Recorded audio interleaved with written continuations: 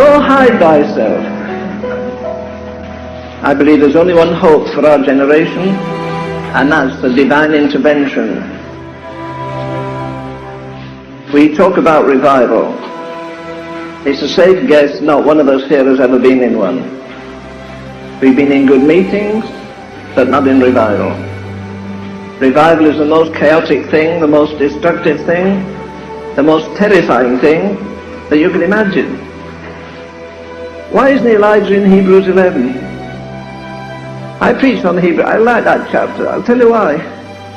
Every time I read Hebrews 11, I finish upon the floor. Why? Because men and women subdued kingdoms, wrought righteousness, obtained promises, stopped the mouths of lions.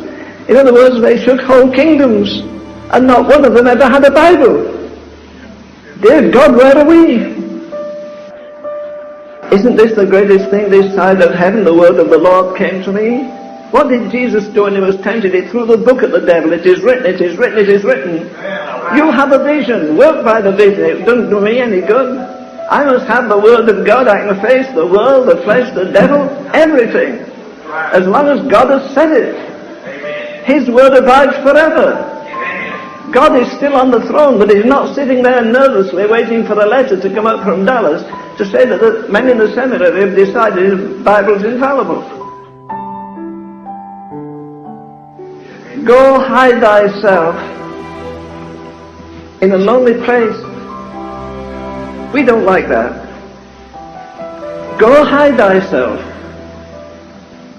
John Knox has come back to Scotland. His voice is worth 500 trumpets. We need a man like that today in the nation. A man with authority. You don't question his credentials. Dear God, what does it do? The Holy Ghost anointing doesn't come with degrees or diplomas. It's by hiding away in the secret place of the Most High. And here this man stays for about 3 years, not 3 days. True revival changes the moral climate of a district. I told Wilkerson, he used to live by the side of me, now lives in. I said, David, there's no biblical authority for you, Billy Graham, or Roberts, or anybody else to have a one-night stand. Finney didn't do that, the Apostle Paul didn't do it, it's not there. Men stay for days. Do you know Finney would go to some crusades and not make an altar call until it preached for 28 days and nights.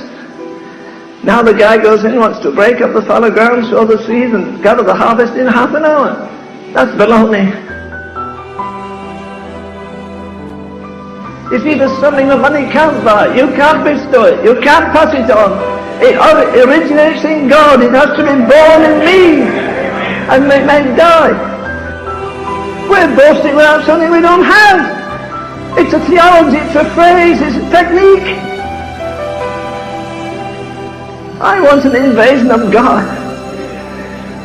I want God to settle over a community. It only comes by birth pangs. Somebody may have mentioned that great revival through Jonathan Edwards, what in the 1700s, when he prayed that sermon that is still read, sinners in the hands of an angry God. But listen, he spent the whole night before that with a group of choice people praying and fasting and weeping.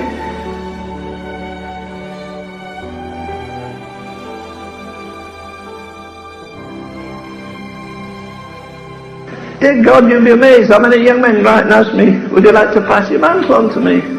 So I write back, no, I'll send you some of my sackcloth. I never hear from them again. That kills them. Oh, you're the new Apostle Paul and I want to be a Timothy, forget it. You know, these marvelous exegetes, they can always find some reason. So the big boys on TV say, I'm not afraid to ask you to give me money. Ask a widow. Elijah did that. Listen, he didn't ask every widow in the nation to do it. He asked one woman to do it.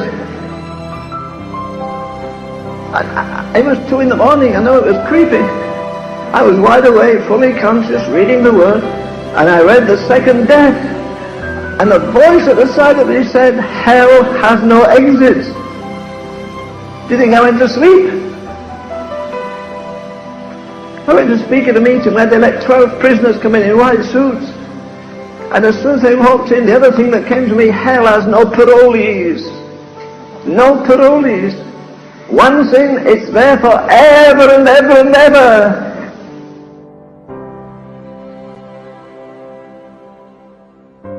You can do something here tonight you can't do in heaven. It's too late to do it there. Do it here. Readjust your prayer life, readjust your fasting, readjust your giving.